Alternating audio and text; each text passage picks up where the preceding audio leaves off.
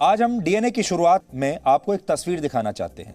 यह तस्वीर अमेरिकी वैज्ञानिक डॉक्टर जॉनस साल्क की है, जिन्होंने वर्ष 1955 में पोलियो की वैक्सीन बनाई थी।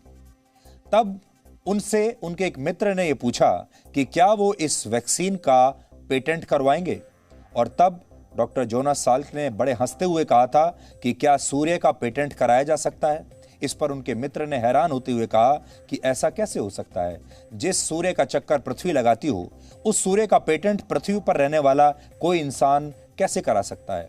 तब अपने मित्र की इस बात पर डॉक्टर जॉनस साल्क ने कहा कि फिर वो कैसे इस वैक्सीन का पेटेंट करवा सकते हैं, क्योंकि जो वैक्सीन इस दुनिया में हर व्यक्ति की, सभी की जान बचाएगी, वो सिर्फ उन्हीं की कैसे हो सकती है।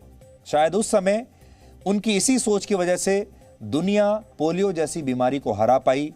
और आपने देखा होगा, अगर उस समय आज के दौर की तरह फार्मा कंपनियां बड़ी बड़ी आ गई होती और उन्होंने उस वैक्सीन का भी पेटेंट करा लिया होता, तो आज भी हमारे दुनिया में अलग अलग देश पोलियो से संघर्ष कर रहे होते। लेकिन तब जमाना अलग था।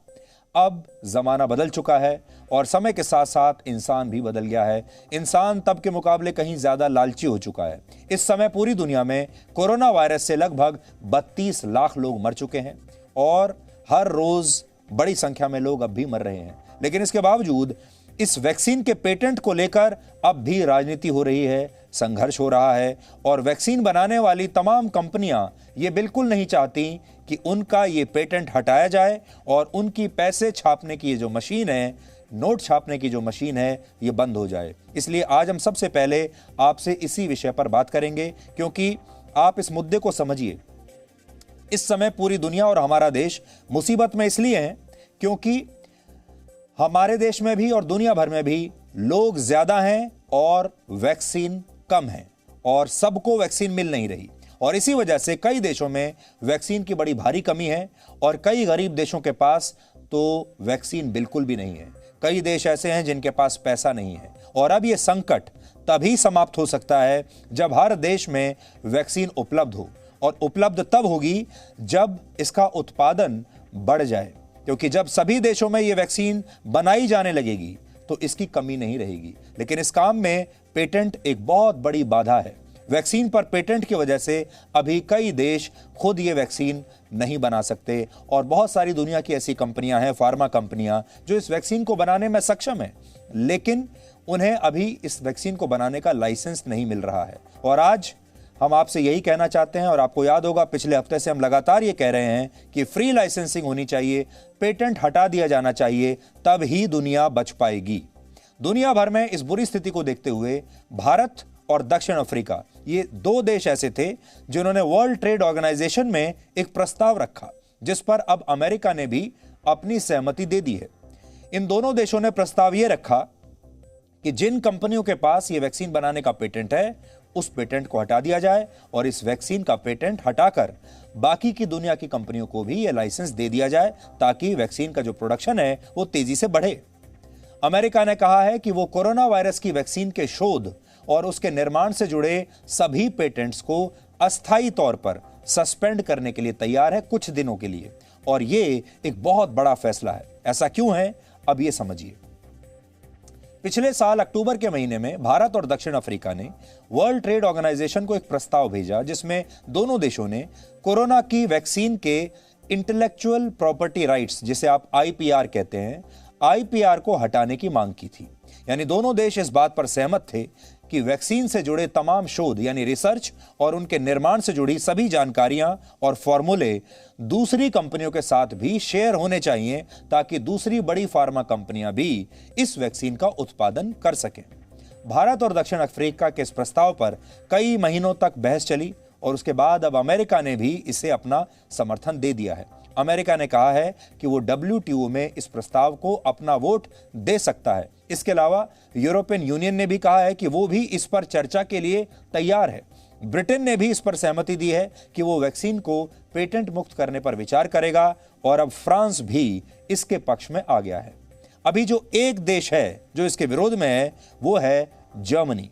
जर्मनी का मत यह है कि वैक्सीन को पेटेंट मुक्त करने से इसका उत्पादन नहीं बढ़ाया जा सकता। यानी जर्मनी इस प्रस्ताव के विरोध में आकर खड़ा हो गया है।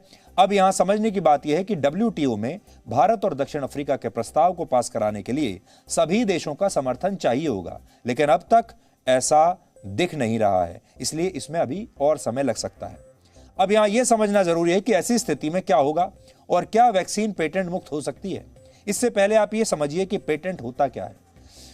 तो जब कोई व्यक्ति या कोई कंपनी किसी चीज पर, किसी प्रोडक्ट का आविष्कार अपने शोध के आधार पर, अपने रिसर्च के आधार पर करती है, तो उसे इंटेलेक्चुअल प्रॉपर्टी राइट्स यानी उसे अपनी बौद्धिक संपदा बताते हुए उसका पेटेंट ले लेती है। जब उस व्यक्ति या कंपनी को उस प्रोडक्ट का पेटेंट मिल जाता है तो फिर दुनिया की दूसरी कोई भी कंपनी या कोई भी देश उसकी अनुमति के बिना उस प्रोडक्ट का निर्माण नहीं कर सकता। यानी वैक्सीन पर अभी यही हो रहा है कि जिन बड़ी बड़ी कंपनियों ने इसे विकसित किया है वही इसका उत्पादन कर रही हैं और बाकी की फार्मा कंपनियां उन मशीनों की तरह बन गई हैं जो काम तो कर सकती हैं लेकिन कानूनी बाधाओं की वजह से इस समय बंद पड़ी हैं। इसलिए वैक्सीन से पेटेंट हटाने की मांग लगातार अब दुनिया भर में उठ रही है। अब सवाल है कि अमेरिका की सहमति से हमारे देश को क्या मिलेगा। तो वैक्सीन बनाने वाली तमाम बड़ी फार्मा कंपनियां जैसे फाइजर और मॉडर्ना अमेरिका की कंपनियां हैं। मॉडर्ना की वैक्सीन के शोध में अमेरिका की सरकार भी शामिल थी, यानी जब रिसर्च चल रही थी तो अमेरिका की सरकार पार्टनर बनी। अमेरिका की सरकार ने उसमें अपना पैसा इन्वेस्ट किया, रिसर्च में पूरा रिस्क उठाया और फाइजर ने भी इसी रिसर्च के आधार पर अपनी वैक्सीन बनाई। ऐसे में अगर अमेरिका वैक्सीन से पेटेंट हटाने की मांग को मान लेता है तो बाकी देशों पर भी इसका दबाव बढ़ जाएगा, खास तौर पर उन देशों पर जो फाइजर और मॉडर्ना की वैक्सीन अपने लोगों को लगा रहे हैं। और अगर भविष्य में पेटेंट का कानूनी अधिकार हटा लिया जाता है तो सभी देशों की फार्मा कंपनियां वैक्सीन का उत्पादन कर पाएंगी।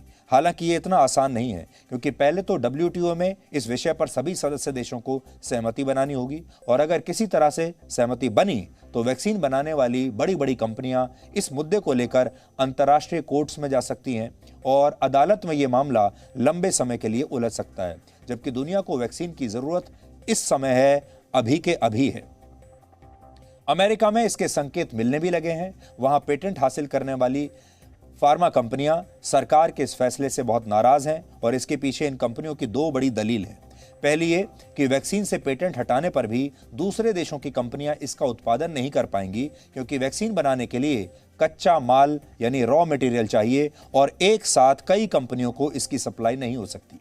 दूसरी दलील ये दी जा रही है कि ज्यादा प्रोडक्शन के नाम पर बाजारों में नकली वैक्सीन भी आ सकती है जिससे लोग मर भी सकते हैं। कुल मिलाकर कहें तो अमेरिका और दूसरे देशों के रुख में बदलाव तो जरूर आया है, लेकिन वैक्सीन को पेटेंट मुक्त करने की राह अब भी काफी मुश्किल है और हमें लगता है कि जब तक ऐसा होगा तो कई बड़ी फार्मा कंपनियां नोट छापने वाली इस मशीन को बचाने के लिए पानी की तरह पैसा बहाएंगी और इस मामले को कोर्ट में ले जाकर लंबे समय के लिए ठंडे बस्ते में डाल देंगी।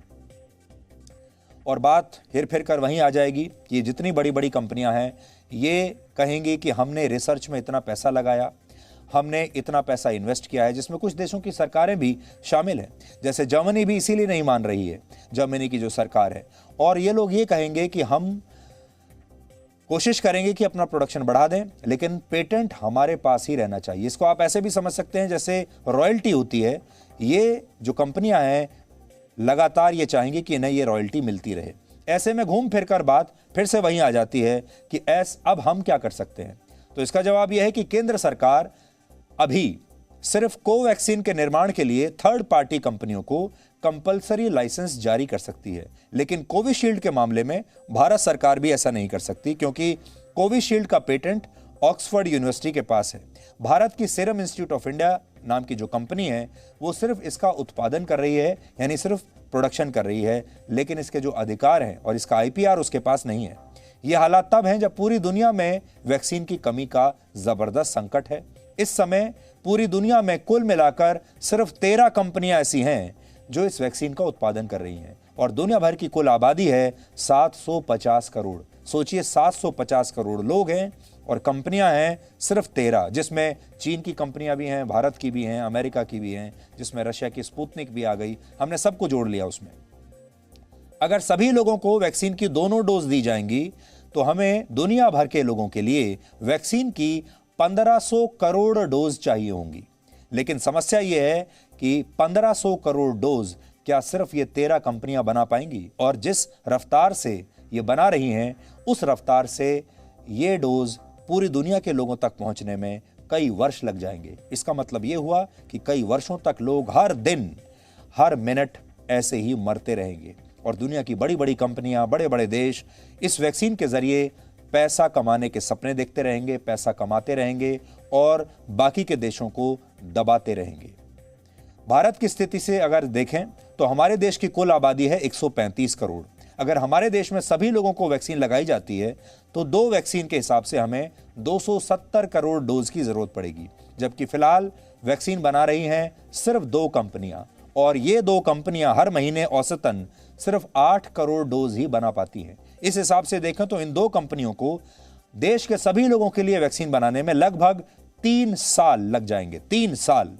लेकिन अब आप खुद सोचिए, क्या हमारे देश की स्थिति ऐसी है कि हम लोग 3 साल तक इंतजार कर सकें? तो क्या हम ये मान लें कि अगले 3 साल तक हमारे देश में लोग ऐसे ही मरते रहेंगे, ऐसे ही अस्पतालों की खोज करते रहेंगे, बिस्तरों के लिए तड़पते रहेंगे, बेड्स के लिए, ऑक्सीजन के लिए तड़पते रहेंगे? अगर हमने इतना लंबा इंतजार किया तो और न जाने कितने लाखों लोगों की जान चली जाएगी।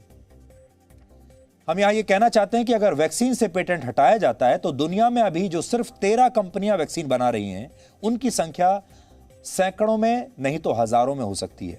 यही भारत में भी हो सकता है। भारत में कुल 3000 फार्मा कंपनियां हैं इस समय, लेकिन वैक्सीन इन 3000 में से सिर्फ 2 कंपनियां बना रही हैं। अगर ये कंपनियां बढ़ जाएं, मैं तो कहता हूं 3000 नहीं, अगर 300 कंपनियां भी बनाने लगें तो वैक्सीन की जो कमी हमारे देश में है वो पूरी हो सकती है।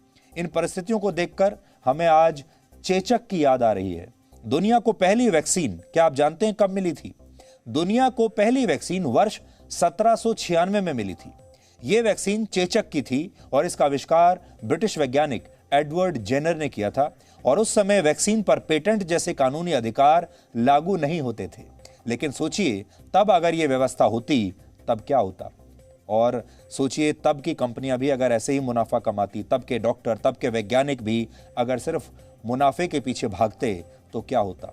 तो शायद इस बीमारी से करोड़ों और लोगों की जान चली जाती। और मौजूदा समय में शायद कुछ ऐसा ही हो रहा है, और वो भी तब जब वर्ल्ड हेल्थ ऑर्गेनाइजेशन ये कह चुका है कि जीवन रक्षक दवाइयों और वैक्सीन्स का पेटेंट नहीं होना चाहिए। उसके बावजूद भी पेटेंट हो रहा है और खुलेआम हो रहा है, और ये पैसों की जो छपाई है खुलेआम हो रही है। इतिहास ऐसी बातों से भरा पड़ा है कि विभिन्न खतरनाक बीमारियों की वैक्सीन में पश्चिमी देशों के प्रयास बहुत महत्वपूर्ण थे और पश्चिमी देशों ने भी हमेशा से इस बात का खूब प्रचार प्रसार किया है और वो हमेशा यही कहते हैं कि उन्होंने ही बड़ी बड़ी खतरनाक बीमारियों की वैक्सीन बनाई, दवाइयां बनाई और पूरी दुनिया की जान बचाई। लेकिन इतिहास कभी हमारे देश के लोगों के साथ न्याय नहीं कर पाया और हमारे साथ जो अन्याय हुआ है सदियों तक, उसके बारे में इतिहास में चर्चा भी नहीं होती। आप में से बहुत कम लोग जानते होंगे कि दुनिया ने ये भारत से ही सीखा था कि टीकाकरण अभियान कैसे चलाया जाता है और वैक्सीन कैसे बांटी जाती है। इसे आप इस तस्वीर से समझिए, जो 18वीं सदी की तस्वीर है इस समय जो आपकी स्क्रीन पर है। तब कई देशों में चेचक की बीमारी तेजी से फैल रही थी और पश्चिमी देश इससे सबसे ज्यादा प्रभावित थे और काफी संघर्षों के बाद वर्ष 1796 में ब्रिटेन पहला ऐसा देश बना जब उसने चेचक का टीका विकसित कर लिया। हालांकि वहां बड़े पैमाने पर लोगों को यह टीका लगाने से पहले भारत के लोगों पर इसका ट्रायल किया गया, यानी इसका परीक्षण भारत के लोगों पर किया गया था, वहां के लोगों पर नहीं। अमेरिका के हार्वर्ड स्कूल और पब्लिक हेल्थ के प्रोफेसर डॉक्टर जेसी बम्प कहते हैं कि आज से करीब 219 साल पहले जब पूरी दुनिया चेचक से संघर्ष कर रही थी, तब इसकी वजह से लाखों लोग मर रहे थे और ऐसे समय में ब्रिटेन की सरकार ने भारत के लोगों पर जबरदस्ती, उनकी मर्जी के बिना इस वैक्सीन का क्लिनिकल ट्रायल शुरू कर दिया था। भले ही इसका फायदा पूरी दुनिया को हुआ, लेकिन इसके लिए तब भारत के लोगों पर बहुत अत्याचार हुए। चेचक के अलावा दूसरी बीमारियों के टीकों का भी भारत के लोगों पर ही इस्तेमाल हुआ।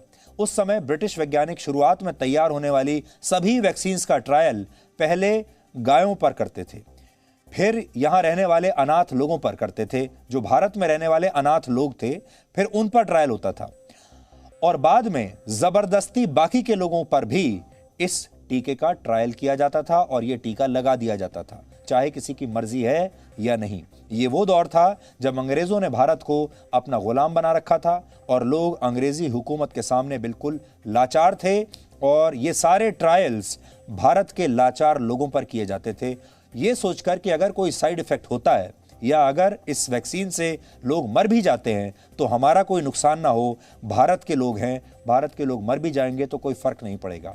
ये सोच थी ब्रिटेन की सरकार की, इसलिए उस जमाने की सारी जो वैक्सीन्स आया करती थी उनका ट्रायल यहां होता था। ये तस्वीरें आपको ये बताने के लिए काफी हैं कि ये टीकाकरण अभियान नस्लवादी और बहुत ही असंवेदनशील था। लेकिन बड़ी बात यह है कि इतिहास की किताबों में आपको इसका कोई जिक्र नहीं मिलेगा, जबकि कड़वी सच्चाई यह है कि ज्ञान और वेस्टर्न सुप्रीम के नाम पर भारतीय लोगों के साथ बड़े स्तर पर मेडिकल क्राइम्स हुए हैं, वेस्टर्न सुप्रीमेसी के नाम पर। और यहीं से पूरी दुनिया ने वैक्सीनेशन कैंपेन चलाना और वैक्सीन को बांटना सीखा था हमारे ऊपर ट्रायल्स कर करके। समझने वाली बात यह भी है कि संयुक्त राष्ट्र की संस्था यूनिसेफ आज भी भारतीय पैटर्न पर ही काम कर रही है। आज भी ऐसी वैक्सीन्स के ट्रायल के लिए भारत दुनिया की सबसे बड़ी जगह या कह लीजिए कि सबसे बड़ी प्रयोगशाला बना हुआ है, जबकि पश्चिमी देश इससे बचते आए हैं क्योंकि वो ये नहीं चाहते कि उनके लोग किसी भी तरह के साइड इफेक्ट का शिकार बने। भारत में एक नहीं कई वैक्सीन्स के ट्रायल हुए और अंग्रेजी सरकार के दौरान यह अत्याचार बहुत हुआ, लेकिन इसके बावजूद भारत के लोगों को इसका श्रेय कभी नहीं दिया गया। यहां आज हम आपसे यही कहना चाहते हैं कि अब तक दुनिया को जो भी वैक्सीन मिल पाई और इसके लिए उन्हें भारत का हमेशा से शुक्रिया करना चाहिए था, लेकिन पश्चिमी देश ऐसा करने से हमेशा बचते रहे, जबकि भारत आज भी इस संघर्ष में लगा हुआ है। अगर वैक्सीन पेटेंट मुक्त हो गई तो इसका फायदा सिर्फ भारत के लोगों को नहीं मिलेगा, पूरी दुनिया को फायदा मिलेगा और इससे दुनिया के अंतिम पंक्ति में खड़े गरीब लोगों तक ये वैक्सीन पहुंचेगी और यही भारत की मांग भी है। इसलिए अब आप समझ गए होंगे कि वैक्सीन्स को लेकर कैसे शुरुआत से हमेशा से दुनिया में पॉलिटिक्स रही है, कैसे दुनिया हमेशा दो हिस्सों में बटी रही है। पश्चिमी देश जो मजबूत देश हुआ करते थे, पैसे वाले देश हुआ करते थे, वो ये सारे शोध अपने लिए करते थे और ट्रायल हमारे ऊपर किया करते थे और फिर इन वैक्सीन्स पर कब्जा भी उन्हीं का रहता था। और आज भी वही हो रहा है, वैक्सीन तो बनी लेकिन उस पर कब्जा आज भी कुछ खास देशों का है, पश्चिमी देशों का है और कुछ बड़ी बड़ी फार्मा कंपनियों का है। लेकिन ये आपातकाल है, ऐसी स्थिति हमने कई सदियों से नहीं देखी है और स्थिति इतनी खराब है कि नए कानून बनाने पड़ेंगे, नई सोच अपनानी पड़ेगी और जो आज तक इस दुनिया में कभी नहीं हुआ वैसे कदम अब हमें उठाने पड़ेंगे और ये बात दुनिया के हर नेता को, हर देश की सरकार को सोचनी होगी। Presenting V News app available on Google Play and App Store. Download it now.